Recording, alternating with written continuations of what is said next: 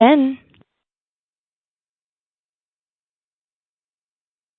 Good morning and welcome to the UnitedHealth Group First Quarter 2023 Earnings Conference Call. A question and answer session will follow UnitedHealth Group's prepared remarks. As a reminder, this call is being recorded. Here is some important introductory information. This call contains forward-looking statements under U.S. federal securities laws. These statements are subject to risks and uncertainties that could cause actual results to differ materially from historical experience or present expectations. A description of some of the risks and uncertainties can be found in the reports that we file with the Securities and Exchange Commission, including the cautionary statements included in our current and periodic filings. This call will also reference non-GAAP amounts. A reconciliation of the non-GAAP to GAAP amounts is available on the Financial and Earning Reports section of the company's investor relations page at www.unitedhealthgroup.com. Information presented on this call is contained in the earnings release we issued this morning in Form 8-K dated April 14th, 2023, which may be accessed from the investor relations page of the company's website. I will now turn the conference over to the Chief Executive Officer of UnitedHealth Group, Andrew Witty. Thank you. Good morning, and thank you all for joining us today.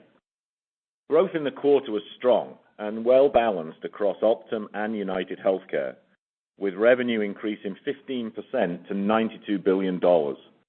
This broad-based growth, combined with the continued focus of our colleagues on tight execution, helped us deliver first quarter adjusted earnings per share of $6.26, up 14% over last year.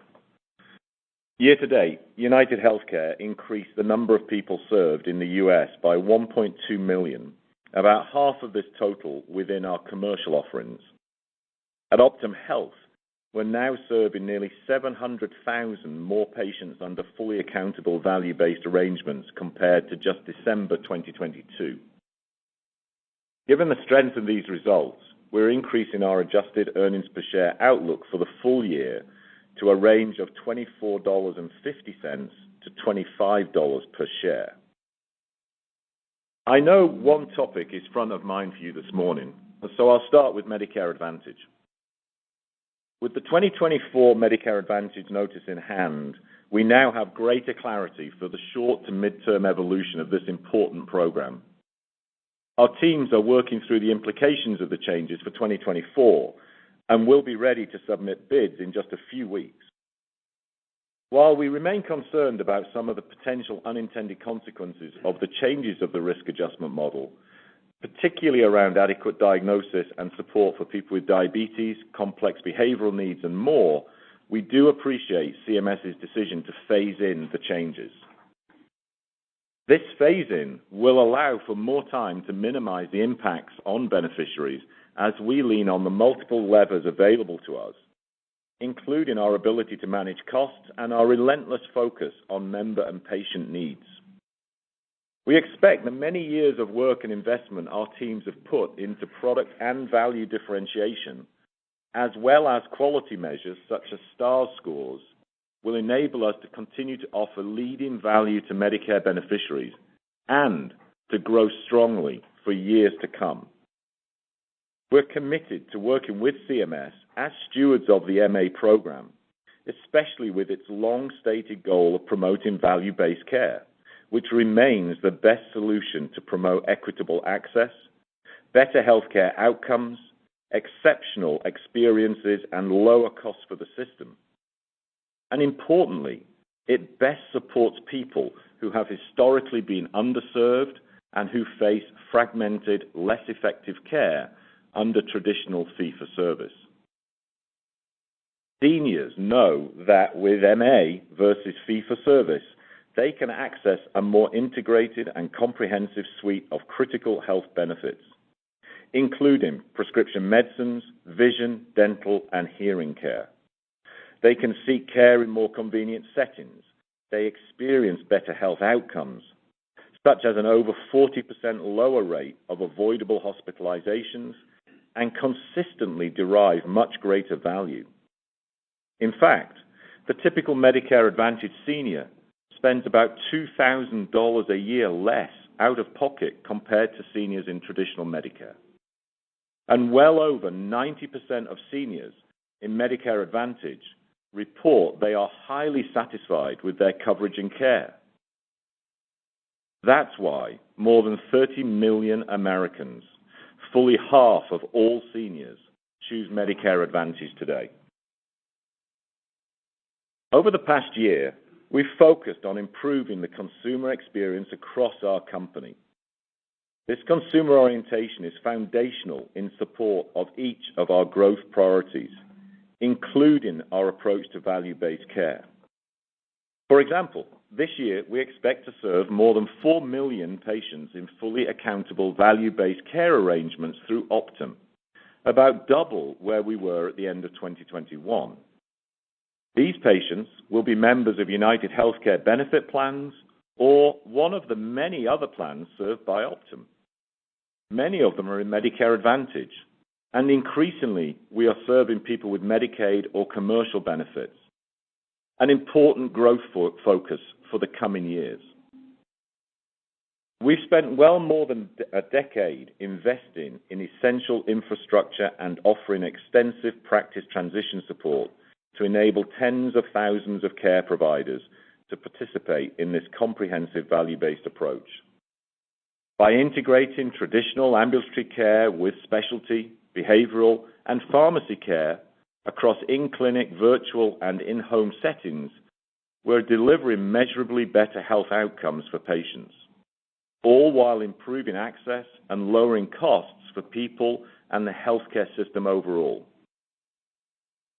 Our focus on consumers is helping to drive growth within health benefits, including strong growth in our commercial offerings, and our early indications are for continued robust commercial growth in 2024.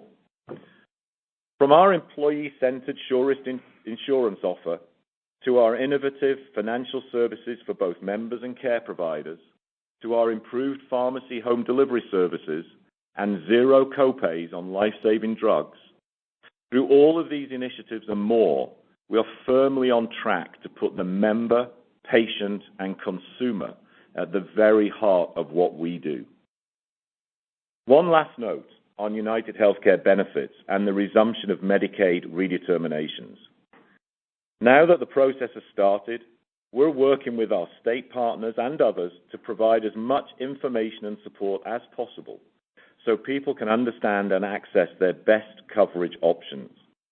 And we expect to be serving more people in our benefit programs when this process is completed. And now I'll turn it over to UnitedHealth Group President and Chief Operating Officer, Dirk McMahon. Dirk? Thanks, Andrew. Picking up on redeterminations. For many months, we have been preparing to help people when this activity resumes, as it now has in over 20 states. We are working closely with Medicaid members to navigate eligibility guidelines and help find alternative coverage options if they are no longer Medicaid eligible. This effort includes live outreach calls to educate and assist members with the renewal process to ensure they retain their existing coverage or can transition to other plans. We are also engaged with employers to extend annual enrollment periods and drive awareness for employees who are eligible for coverage. With extended eligibility and increased subsidies, many people will qualify for other plans, some with no monthly premium. UnitedHealthcare is executing on detailed plans to ensure as many people as possible have uninterrupted access to coverage and care if they are no longer eligible for Medicaid. Let me now turn to the opportunity we have to more deeply and effectively serve people in their homes. Nearly all of the patients we'll add this year in fully accountable, value-based relationships will have access to support through our home-based platform. Consumers value and benefit from services delivered in the home, and we've expanded our capabilities to serve that need. I'll highlight 4 of our key capabilities in this important area. First, patient assessments. in-home clinical visits designed to identify care needs and help patients with other physical and social needs. This year, we expect to make more than 2.5 million visits to patients' homes, and we continue to expand the scope of the clinical services offered in that setting. Next, care transitions. This entails supporting patients into and through post-acute settings, helping people to avoid hospital readmissions after an inpatient stay. This year, we will manage nearly 12 million care transitions, about twice as many as just 3 years ago.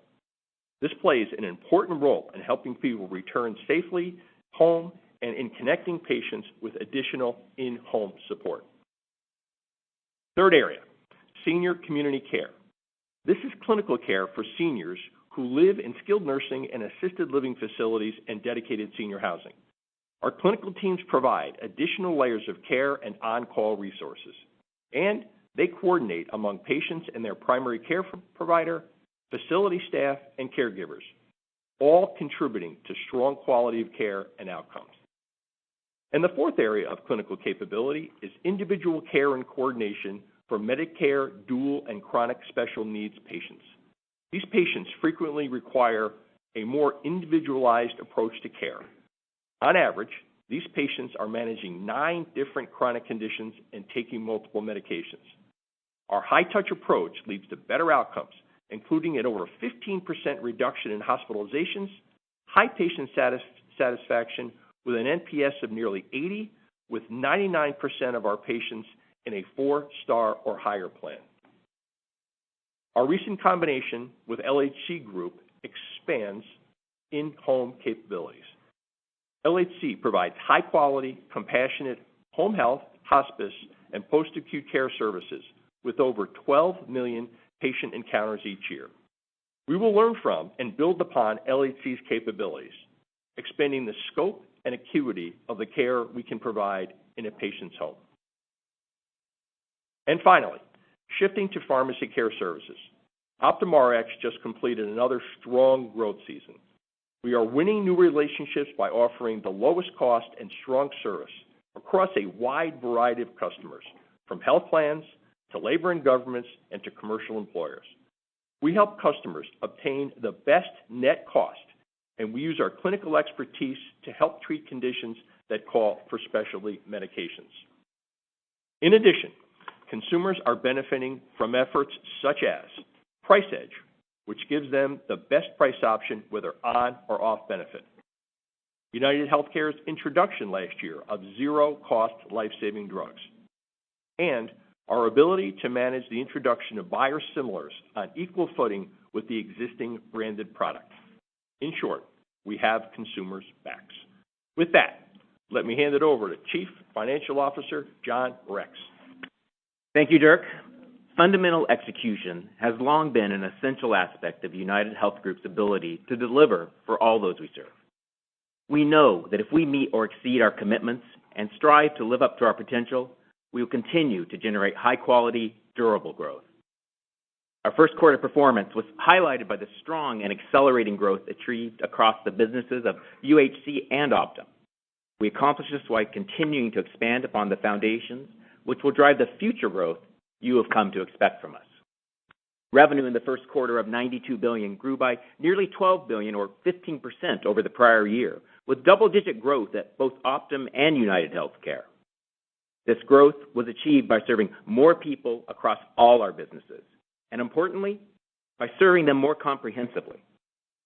UnitedHealthcare served about 1.2 million more people in the first 3 months of the year, with strong growth across commercial, Medicare, and Medicaid. Optum revenues grew 25% to $54 billion. Care patterns remain largely consistent with recent trends. For example, inpatient trends continue to reflect the growing long-term movement towards ambulatory sites of care. Today, nearly 2/3 of orthopedic procedures are performed in outpatient and other ambulatory settings, compared to under 1/4 just 5 years ago. Physician office activity continues to trend toward historic levels, while a few categories, such as pediatrics, remain lower. Emergency room visits remain modestly lower than historical levels. with consumers seemingly more comfortable with virtual and walk-in care. Cancer and cardiac screenings are occurring at roughly pre-pandemic levels, helped in part by focused efforts to ensure people are obtaining appropriate preventive care. As always, we continue to closely analyze data for indications which could signal increasing acuity, but have yet to see those emerge. Looking now at the performance of the individual businesses in the first quarter. Optum Health revenues grew by 38% to $23 billion as we expanded the number of patients served under value-based care arrangements. Revenue per consumer served grew by 34%, driven by the increase in value-based care patients and in the levels of care we can offer. Optum Insight revenues grew 40% to $4.5 billion.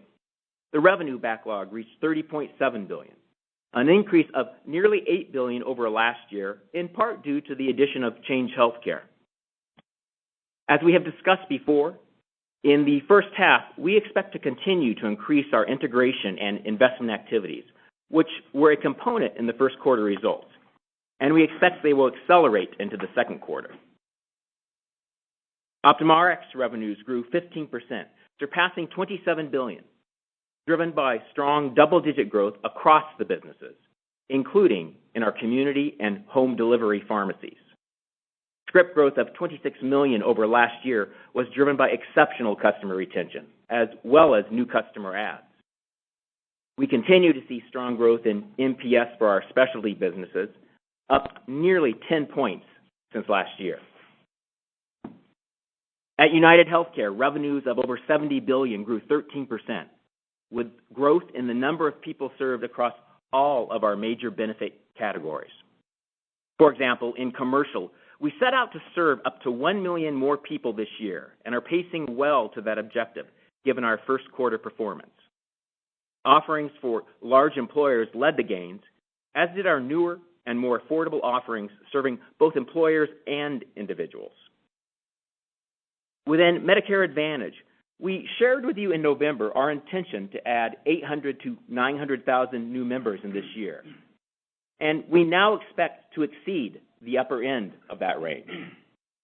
The consistent consumer receptivity to our offerings underscores the product stability and value we provide for seniors. Medicaid membership grew 570,000 over the year-ago quarter. We continue to have momentum in Medicaid with recent wins in Indiana and Texas, and we are honored to advance our existing service to the people of North Carolina as the state moves towards expanding managed Medicaid offerings. Our capital capacities remain strong. Cash flows from operations in the quarter at $16.3 billion reflected an additional CMS payment. Adjusting for this effect, first quarter cash flows from operations were consistent with our outlook, and we continue to track well with our full-year view to approach $28 billion, about 1.2 times net income. In the quarter, we returned over $3.5 billion to shareholders through dividends and share repurchases, and deployed about $8 billion of growth capital to expand our capabilities to serve more people and grow far into the future. As Andrew mentioned, based upon this growth outlook, today we increased our full-year 2023 adjusted earnings outlook to a range of $24.50 to $25 per share. We expect the first half, second half earnings progression to be broadly consistent with our longer-term historical patterns, with the second half comprising just slightly more than half of the full year. Now I'll turn it back to Andrew. Thanks, John. Our comments on this call give just a flavor of why we're confident in our outlook for the year and our long-term 13 to 16% earnings per share growth target. Our growth is broad-based and it's driven within and increasingly across our businesses, bolstered, as always, by an enterprise focus on execution on behalf of those we serve. With that, operator, let's open it up for questions. One per caller, please. The floor is now open for questions. At this time, if you have a question or comment, please press star 1 on your touch-tone phone. You may remove yourself from the queue by pressing star 2. We ask that you limit yourself to one question. If you ask multiple questions, we will only be answering the first question, so we can respond to everyone in the queue this morning. Again, it is star one if you'd like to ask a question. And we will go ahead and take our first question from A.J. Rice with Credit Suisse. Please go ahead. Thanks so much, and thanks for all the comments. Maybe just because it's been in the news as well, the whole review of PBMs and some of the approaches the industry's had historically. Maybe I'll just ask you guys to remind us what your approach is relative to rebates, spread pricing, and so forth. And then I know OptumRx does a lot more than a traditional PBM. Maybe give people some perspective on the breadth of OptumRx relative to some of the things that are specifically being discussed in Washington today, if possible. Yeah, AJ, thanks so much for the question. Let me make a couple of comments, and I'm going to hand to Heather Cianfranco, who looks after our OptumRx business. So first off, I think the entire space of pharmacy is a critical one within healthcare. It's the most common touch point for the health system. It's also an incredibly significant part of the system in terms of where innovation comes into the marketplace. So there are an important set of activities which need to be delivered effectively on behalf of patients, members, consumers. Having said that, of course, it's all about affordability and value for money. And there is a real risk if you see situations where you have essentially monopoly holders, so let's say drug companies that have a monopoly over a particular product, there needs to be a counterbalance in terms of the price negotiation to make sure that those prices are effectively procured on behalf of members who otherwise would just not have that kind of ability to negotiate. That's really the central role that the PBMs play here. There are various mechanisms in which the PBM operates. The rebate mechanism is one that historically has been used in this way. As you well know, AJ, OptumRx in particular has led the way in terms of transparency and making sure that, for example, the overwhelming majority of rebates are passed back to the payers of those drugs, typically the plans or the employers who commission us to procure on their behalf. As we look more broadly across the whole landscape of the pharmacy marketplace, there are a few things that I think we strongly believe in and we continue to advocate for very significantly. Number one, there needs to be a counterbalance to the drug company pricing, and the only players in the market right now who are really advocating hard for reducing cost is the PBM. Number two, at Optum, we are committed to lowest net cost. And whether we get there through rebate or we get there through lower list prices, we don't mind. We're very happy when people cut list prices because that cuts cost. We're very happy when we secure increased rebates because that cuts cost. So we continue to focus on that lowest net cost, and we're super committed to transparency. We're also committed to finding ways in which we can bring benefits directly to patients, which is why we led last year with zero cost pay for the UnitedHealth books of business initially for life-saving drugs. So that's kind of the big landscape. Now, there's more detail in areas that maybe Heather could take you into, and I'll pass to her now to give you a little bit more. Heather. Sure, thank you. And maybe I would just supplement and just say, AJ, thank you. We are certainly, it is in the news, we're mindful of the interest in this essential service. But I guess I'd also point you to, the client need for these essential services. Our PBM services, not just negotiate with pharmaceutical manufacturers to drive that lowest net cost for drugs available, as Andrew mentioned, but the clinical supports and services through the pharmacy and therapeutics committees and pipeline reviews, that network administration, and all of the benefit administration and consultation that we provide to clients of all sizes and types, from government to employer to large sophisticated health plans. And, I take validation in the fact that that business model is needed by our clients and it's appreciated. The transparent business model of OptumRx, together with the innovative capabilities, some of our differentiated strategies, like the biosimilar strategy that Andrew mentioned, that not just brought competition into the market by bringing up to 3 biosimilars at parity with the originator on the formulary, accepting the high list price and the list price, and putting those together and offering them to the clients from our consumer tools, like our latest Price Edge that does scan across the market and compares the cash pricing with the members' real-time out-of-pocket cost to make sure they get the best price. Those are innovative offerings that I'm really proud that our clients find valuable, and we evolve with those needs. So I think I'd point us to the fact that we had a very strong selling season, one of the highest over the last few years in terms of retention and new client, shows that the services are needed. We'll continue to evolve our business models to our clients' needs while we continue to engage policymakers and others to make sure that everybody understands the essential value of that PBM service, the distinctive capabilities and transparent business model of Optum Rx, and in addition, make sure that we ensure client choice and we preserve that function. But I guess I'd also just take the opportunity to say you're right. Optum Rx is so much more than just our PBM, which is incredibly important to our clients. We are so proud, and I'm so proud of the team. You saw the growth in our pharmacies, but from our community pharmacies, that it just celebrated a 700th opening of our behavioral health pharmacy, a very distinctive offering in the market, to our specialty with not just high NPS, but a 24/7 clinical model and distinctive capabilities for those members that really benefit from the specialty drugs, but oftentimes need our patient support and assistance, including financial. And then, of course, our infusion business, which is very intimate in providing services in the home, and we rely on over 1,100 nurses to do that every day. So incredibly proud of the breadth of service across Optum Rx, but very, very mindful that our job in the PBM is to serve our clients and preserve their choice. Thanks, Heather. Okay. All of that said, I think what is also really validating here, AJ, just look at the growth rate in the first quarter, 15% growth. It really reflects the competitiveness of the portfolio we have. And as I talk to our clients, what they really appreciate is the degree to which we're innovating the pharmacy model, more and more transparency, more and more pressure on bringing down those costs. That's why people are moving to us, and it's why they're not leaving us. Record levels of retention within this portfolio.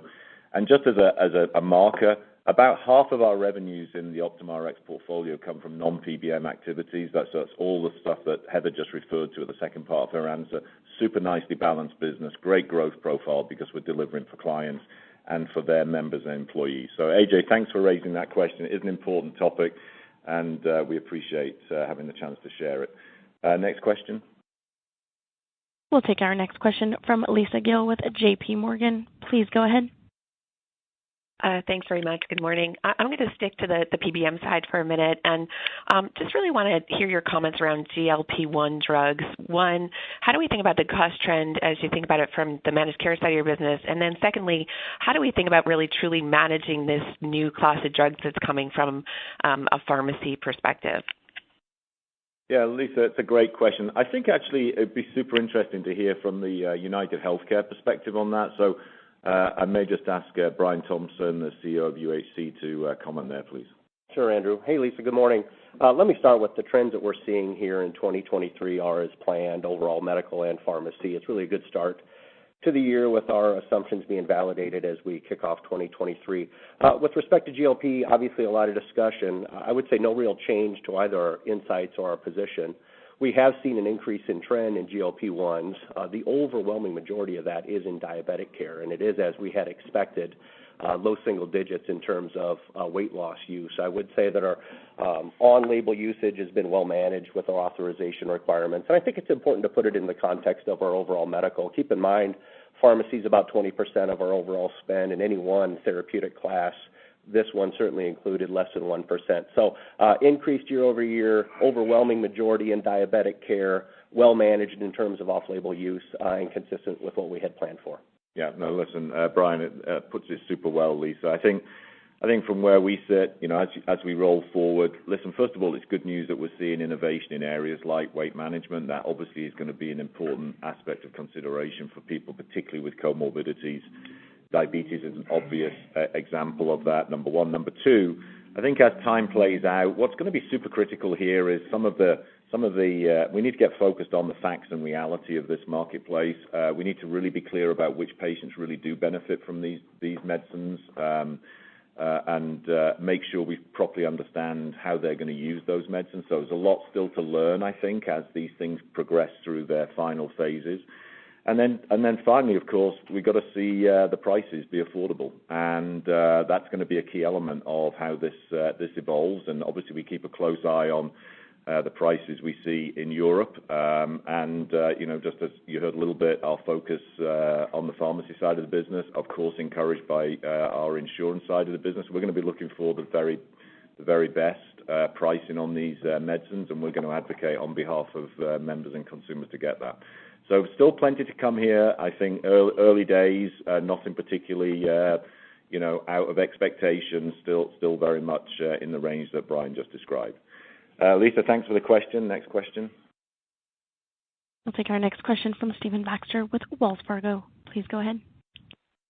Yeah, hi, thanks. I wanted to ask about the changes the company is making to prior authorization later this year. It would be great to get some background on, why you felt like these changes were necessary and how you're going to work to manage the cost implications of the changes once they're made. Thank you. Yeah, Stephen, thanks so much for the question. I'll ask Brian to address that. Hey, Stephen, thanks for the question. Yes, beginning in the third quarter this year, we will be eliminating about 20% of our authorization volumes overall. We're also going to be eliminating most medical authorizations altogether for provider groups and systems that have demonstrated a high-quality care and adherence to the requirements over time. I'd say that might be another 10% of our volumes overall. We'll continue to evaluate with some new analytics that we have in partnership with Optum Insight and surveillance capabilities to see if there's some additional opportunities over time.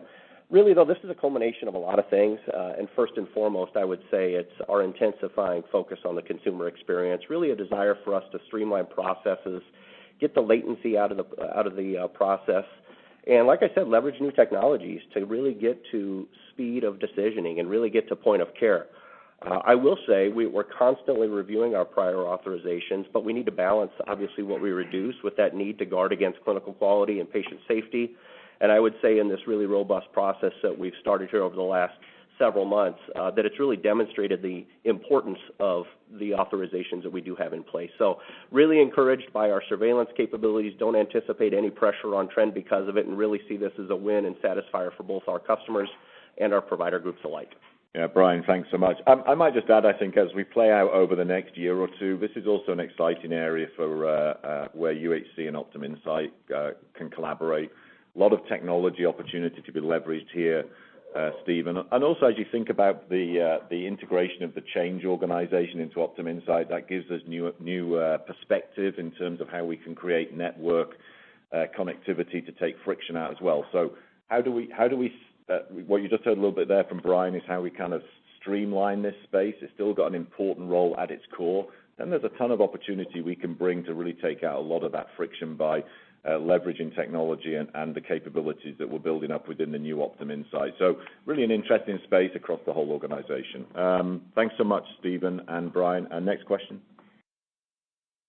Next question comes from Justin Lake with Wolfe Research. Please go ahead. Thanks. Good morning. Just wanted to sneak in a couple quick numbers questions. First, on EPS seasonality, it looks like second quarter sounds like you might be looking at closer to kind of flattish EPS year over year. Wondering if you can kind of walk through the moving parts there. I know you talked about spending more money on change, for instance. And then just anything on DCP, what range should we be thinking about there in terms of going forward? Is this a kind of, it went down in the quarter. Is this a more normal range? Kind of where do you see that kind of settling out for the year? Thanks. Yeah, Justin, thanks so much. I'll ask John Rex to comment there, please. Hey, good morning, Justin. So a few thoughts here in terms of seasonality comments. So yes, this quarter reflected some impacts actually from change also. So I wouldn't call that seasonality, but these are investments we're making as we integrate and we build Optum Insight for the future. And I put that in the zone of $100 million or so of impact in the quarter, and expect that to be a little bit higher actually in the second quarter also. In terms of full year seasonality, also I just want to a little commentary on that. Expect that to be kind of in the zone of what we have historically done, where you see just a little bit more than half of the earnings generated in the second half of the year versus the first half of the year. So more similar to if you look to kind of pre-2019 and back those kind of patterns that we would typically show. On your commentary on, or your question on DCPs and expectations there, yeah, this level I would tell you is probably more in the level that we typically would have run also pre-pandemic in terms of the levels of days claims payable that we would typically run. A few things just in terms of commentary and just seeing some of the impacts just to get really close on it. So in addition to being at what we would consider to be kind of normalized levels here, some business mix impacts. Some of the areas we're growing in and growing rapidly in have somewhat faster payment cycles. In the first quarter, there's usually a little impact also from Part D seasonality. And kind of on the sequential move there, I'd say just a little bit of day count impact also in terms of that was affecting those. Thank you. Thanks so much, John. Thanks, Justin. Next question, please. Next question comes from Nathan Rich with Goldman Sachs. Please go ahead. Good morning. Thanks for the questions. I wanted to ask on Medicare Advantage and the phase-in of the risk model changes by CMS. I guess, how might the prospect for lower rate growth over the next few years impact the relative attractiveness of Medicare Advantage for seniors and the growth of that market? And do you think the risk model changes have any impact on how providers are viewing the attractiveness of full risk arrangements? Thank you. Nathan, thanks so much for the question. So listen, I think as you sort of step back here, a couple of things I'd probably just want to make super clear. First off, we really appreciate CMS's decision to phase in these changes. That was important, and we're very glad to see that. It really allows for the transition to be managed effectively. Really, we think, and a bit certainly our goal is to have a transition here which really protects the beneficiaries, make sure that it doesn't in any way kind of damage the program. Of course, it requires us to do things a little differently in some areas, but fundamentally we think that was really important, and we very, very much appreciate that. As we kind of look out to 2024, we're going to be guided by two really important principles here, Nathan. Number one, we're going to be doing what's absolutely right for the beneficiaries, as we always do. So that's going to guide us in terms of how we are active. And number two, we're going to be driving to sustain our robust membership growth in this space. We believe this is an incredibly important program for seniors. We think value-based care as a piece of this program is a crucial and best way of managing members to give them the best quality outcome, best experience, and best cost outcome. Given our established capabilities and our ability to focus on cost management, as well as the broad portfolio of value-based services, clinics, in-house activities provided by Optum, we feel super confident in our ability to manage the evolving funding landscape. So overall, yes, it's changed, but kind of there's change every year. This is a little different change to the changes we've had in other years, but it's all these programs are always evolving. We feel, given the portfolio of capabilities we have, super well equipped to be able to pull different levers to be responsive to this, to make sure that we can look after beneficiaries. I'd also say that the experience we've seen in Optum, the popularity of value-based care for physicians, the way in which they like to be able to concentrate and focus on patients, longitudinally, so really think about how to understand, diagnose, prevent, treat, manage that patient through the whole cycle rather than just sporadically through a fee-for-service intervention. That's a sustaining popular thing. We brought in about 10,000 or more new clinicians last year between physicians and advanced practice clinicians. I think we're going to do about the same this year, honestly. We're seeing significant numbers of people coming in, and we would continue to expect to see value-based care continue to be a very important part of the future growth of the marketplace, and of course for us. So, as we sit today, of course we have to do things to respond to the changing environment. We feel good about our ability to do it. I appreciate the question, Nathan. Next question. And we will move on to our next question from Josh Raskin with Nephron Research. Please go ahead. Hi, thanks. I want to stay on MA and maybe more specifically, if you could speak to the impact of both, I guess, UnitedHealth Care and Optum Care, and more specifically how you plan to balance the need to maintain attractive benefits to grow that membership against your ability to achieve target margins? And maybe do you think the industry will grow at similar rates? It sounds like you don't see a material impact long term, but I'm just curious if you think 2024 as an industry growth rate looks similar to what we've seen in recent years, and maybe within that, how you expect UHC to fare. Yeah, Josh, thanks so much for the question. Let me ask Brian to give you a few thoughts. Brian? Hey, Josh, thanks for the question. I'll just reiterate, I think what Andrew said. Certainly this 3-year phase-in gives us an opportunity to minimize this impact on beneficiaries. And I will just reiterate the optimism that Andrew shared. Because of that, that gives us time to really evaluate our cost structure. First and foremost, I think that's the consideration that we are deeply focused on to make sure that we manage this impact. Look, it's not the first time that we have had to navigate a rate environment like this. So I'll just say we remain optimistic about MA and the value prop that it has broadly. We certainly feel very good about our market position in it. We intend to grow again in 2024, as Andrew had said. We expect the marketplace to continue to grow in 2024, and we continue to lead with the strong momentum that we've demonstrated for many years now. So we're obviously in the middle of our benefit planning, but I can just share with you that we are encouraged and optimistic. Great. Thanks so much, Brian. Appreciate it. Thanks, Josh. Next question. We'll take our next question from Lance Wilkes with Bernstein. Please go ahead. Thanks. Could you talk a little bit about Optum Care and the full risk patients you've got, specifically the non-United Healthcare patients? And, how's the progress going as far as growing that, and how do you see this MA rate environment and high premium environment in commercial employer impacting and potentially accelerating your ability to add non-UHC risk patients? So, Lance, thanks so much for the question. Let me just make a couple of upfront comments, and I'll ask Dr. Wyatt Decker, who looks after Optum Health, to give you a little more detail. So first off, you're seeing now as we head toward the full year here, 4 million or so fully capitated lives within Optum Health, so under full delegation. That's an incredible progression over the last 2 or 3 years. It's what's really, you can see a real differentiation. Super important to remember that is being supported not just by clinics. Oftentimes people think about just clinics.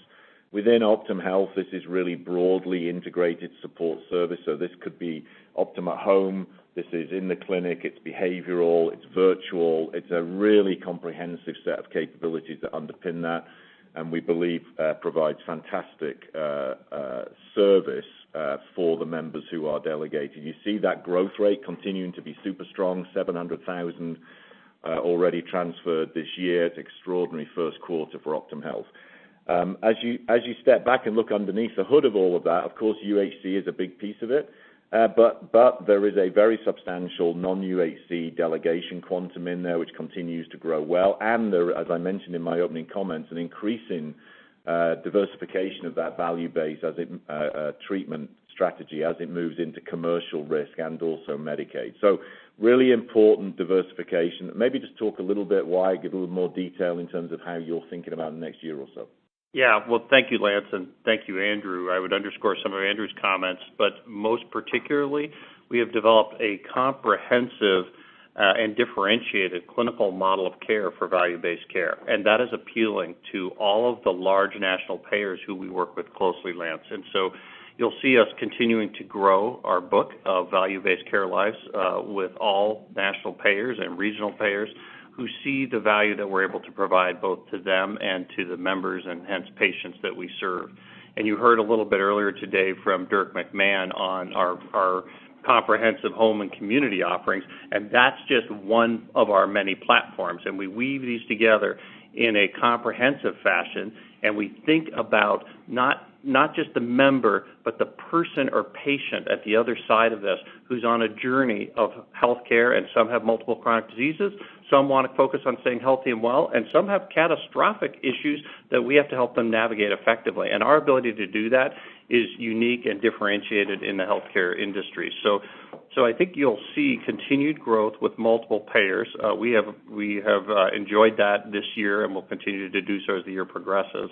And as Andrew touched on, we really view ourselves not as solely a senior health care provider, but as a provider for all walks and ages of life, and particularly commercial. So we have commercial offerings in Texas and California and Massachusetts today, and they're a meaningful part of our 4 million fully capitated lives already today. And you'll see us continuing to grow in those established markets with commercial and multiple payers, as well as going into new markets. Thank you. Thanks, Wyatt. Lance, thanks so much for the question. Next question, please. Next question comes from Kevin Fischbeck with Bank of America. Please go ahead. Great, thanks. I just want to go back to MA for a minute. You guys, it sounds like you're saying the MA changes that are happening are not significant enough to, in isolation as an individual component, to take you off your 13 to 16% EPS growth targets over the next few years. Just want to clarify that. But then I understand that the 3-year phase-in is important to allow you to adjust to it. But at the same time, trying to understand if there's a way to think about this. Are you thinking about the impact as being ratable, or is it a scenario where it's easier to offset it in the beginning because there's always low-hanging fruit and it's harder to offset the impact in year 3? Or is it the opposite, where it's harder to offset the impact in year 1 because you don't have as much time to adjust, and it's easier to impact in year 3 as you have more and more time to adjust? Just trying to figure out if there's a difference in how this will play out over the next 3 years and how we should think about your growth. Kevin, thanks so much for the question. So to your first point, no, you're absolutely right. You know, we remain firmly of the view that the 13 to 16% long-term growth rate of adjusted earnings per share is very much the zone we're in. We you know, you see that again this quarter. We continue to believe that is very much in our horizon as we go forward. You know, obviously, you know, any given quarter might vary around that, but you know, that very much is the zone we expect, and I made that comment a little bit earlier. So yeah, for sure on that. Listen, as far as this the phasing, you know, this will all depend. You know, different companies will behave differently, I suspect, through all of this. And you know, we see, of course, there's change here. We will be making changes to some things in our costs and other areas, as Brian talked about earlier on. Other providers may choose to do things differently. How it plays out, I think, is actually going to be a little bit of a competitive environment, actually. You know, and I think not something we probably want to get too much into in terms of predicting or sharing exactly how we're going to respond to this. You know, we're getting close to a bid cycle. It's a super important time. You know, we are, you know, deeply fixated on making sure that we continue to grow. To do that, we need to make sure that our bids are super competitive, and you know that we're working on that, and we'll work our way through it. And as I said earlier, the phasing gives us confidence that we can align with where CMS wants to end up in a way which gives the best chance of beneficiaries being looked after appropriately, and that's what we want to try and do. Thanks so much for the question. Next question. Next question comes from Erin Wright with Morgan Stanley. Please go ahead. Great. Thanks for taking my question. On your commercial risk membership, can you speak to what you are seeing there, and is there anything to glean in terms of how Surest is tracking relative to your expectations? Thanks. Erin, thanks so much for the question. I'm going to ask Dan Kueter, who runs our E&I business, to respond. Dan? Yeah, thanks, Andrew. Thanks, Erin, for the question. And yeah, our momentum in the first quarter clearly continued the momentum we had in the back half of last year and puts us well on track, as John said in his prepared remarks, to meet our investor conference targets rather, of 850 to 1,050,000 growth. Surest was a component of that. Surest was a component, counted for about 25% of our growth in the quarter as that product continues to be adopted. We've shared before that 1 in 9 of our national accounts actually have that product today. We're continuing to see that expand down into the middle market currently as the growth of that product continues. And we also are beginning to experience take-up now on a fully insured basis for that product on a risk basis. We shared at the investor conference that Surest was available in 12 states on an insured basis, with a year-end target for this year of upwards of 35 states. We currently offer that product in 25 states. So it is a meaningful contributor to our growth, and we expect it to be so for the remainder of the year and into the future. Thanks for the question, Erin.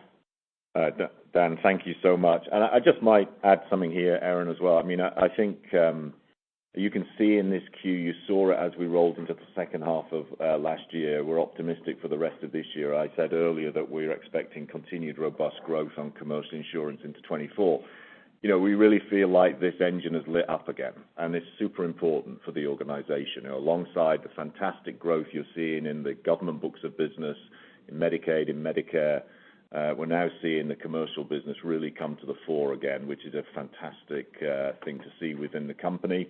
What you've also just heard a little bit is the way in which Optum is developing its capabilities to be ready to add even more value to the commercial. So just as that Optum business has built up strength to complement UHC's leadership in Medicare, for example, you've just heard Dr. Decker talking about doing the same thing in commercial. As that growth comes in from Dan's organization, you can see how that could play out. It's a super important shift, and having all those engines firing simultaneously is really good for us, and it's what's driving this growth we're seeing in Q1. So thanks for the question, Aaron. Next question. Next question comes from Ben Hendricks with RBC Capital Markets. Please go ahead. Hi, thank you very much. We've received a number of questions on the EMIS acquisition in the UK, especially now with the CMA's Phase 2 investigation. And I know you can't comment on that specifically, but I was wondering if you could recap the key strategic priorities with this acquisition and discuss the specific capabilities within the platform that Optum Insight or other businesses can leverage. Thank you. Yeah, Ben, thanks so much for the question. Yeah, obviously I can't get into the detail of the regulatory review, but, a couple of things to say. So for a long time, many years, Optum has had a business in the UK. Obviously the UK is a very different type of marketplace to the US, but it has a couple of very interesting components. One is you've got very much a primary care dominated environment, which is obviously very akin to big pieces of Optum Health. And it's also a marketplace which has looked to develop its abilities around data and connectivity. EMIS, which is the company we're very keen to partner with, we think could be a very important complement to Optum capabilities, particularly as it speaks to helping us connect some of our software capabilities, data analytic capabilities, to primary care providers. About 40% of British primary care providers are connected into the EMIS networks. We think that gives a great opportunity to bring fantastic value to the physician practices and then ultimately to the National Health Service. And what we'd like to believe, if we're able to go through that transaction, is that it can really allow us to start to create another node of innovation alongside all of our other technology platforms, to start to develop technology, software platforms and the like, which not only could be used in a market like the UK, but in other economies around the world, which perhaps have slightly different shaped healthcare systems to the US healthcare system. So we see this as good for the UK. We think it's potentially an interesting opportunity to further enhance our investments and progress in technology and software development, and it's why we're keen to continue the process to get the transaction done, and obviously we will be working diligently on that. Thanks so much for the question, Ben. Next question, please. Next question comes from Scott Fidel with Stephens. Please go ahead. Hi, thanks. Was actually hoping just to revisit the full year revenue guidance.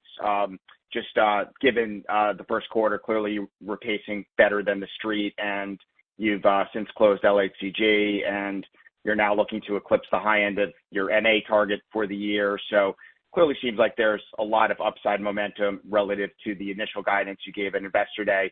I know you don't typically, update the revenue guidance intra-quarter or during the quarters, but certainly interested if maybe you can give us some refined thinking around that. Thanks. Yeah, thanks so much. Let me ask John to comment. Hey, Scott. Good morning. Good strength and growth really across the businesses in the quarter, and we went through some of those areas really across both UHC and Optum in terms of the strength we're seeing in terms of membership growth, in terms of the performance of the other businesses, Optum Rx, a call out here in terms of the strength they've seen in terms of their new customer wins and retention, and Optum Health and its growth in value-based lives. So all strong contributors to that, and we're in a little ahead of kind of where the view was in terms of the external view on revenue guidance. So certainly we're positively biased in terms of the type of growth that we're seeing across the enterprise. Happy to see that.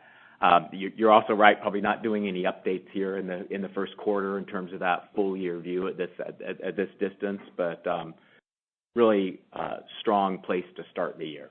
Thank you. Yeah, thanks, John. And time for one last question, please, operator. Our last question will come from David Windley with Jefferies. Please go ahead. Thank you very much for getting me in. I wanted to ask another question on MA and value-based care. I'm wondering if the risk model, Andrew, changes your views about the target member in MA that is, say, most attractive to target between individual MA versus duals, and in value-based care, seeing nice growth. Particularly interesting to us that the eliminations grew a lot, which I'm inferring is intercompany between Optum Health and UHC, and I'm wondering if that is a signal that duals were a big part of the value-based care ad in the first quarter. So kind of a weeds question, but strategically, basically interested to know if duals are still a very important target for MA. So, David, thanks so much for the question. So you're quite right. The eliminations are a big piece of that is the Optum Health UHC dynamic, and not surprising because you see such a high risk transfer in Q1. A large fraction of that 700,000 is UHC, not obviously others as well, but a large fraction. And of course, within that, as we guided last year, significant proportion of dual special need patients who, most complex patients, really, I think, particularly appropriate patients to benefit from a value-based care approach where you have a really integrated wraparound set of capabilities. So it's certainly true on all of that. I'm going to slightly disagree with your premise here. We're not in the business of targeting a certain type of member or patient. We want to look after Medicare patients and members, whether they are community MA, whether they're dual special need, whether they're complex or not, whether they're early in their disease in an aging pattern or advanced in their disease in an aging pattern. And then the job for our organization is to mix and match our capabilities to do that as efficiently as possible. And the great thing about Optum Health, David, is that we have such an interesting portfolio of capabilities which allow us to dial up and down our activities in response to what the patient needs and the way in which they need to be looked after. So I would say we're going to be, continuing to lean in across the board. It's just as important to us to grow in dual special needs as well as community MA. And I'd say that the progress we make in terms of impacting these folks' lives, and the reason why over 90% of members describe this as a high satisfaction space is because these people need the support at this stage of their life. And we think that between the programs that UHC offer and then the backup that Optum Health brings in terms of deep clinical engagement really makes a difference, and that's what drives us. David, appreciate the question. Thank you very much, and I'm afraid we're at the end of the call. I hope you leave this call with a sense of our optimism and focus on continued growth for the year ahead. We remain intent on expanding our ability to help improve healthcare at the system and individual levels and executing with excellence for all those we serve. And we look forward to sharing our progress on this journey with you again in July. In the meantime, thank you so much for your questions and your attention this morning. Thank you. And with that does conclude today's call. Thank you for your participation. You may now disconnect.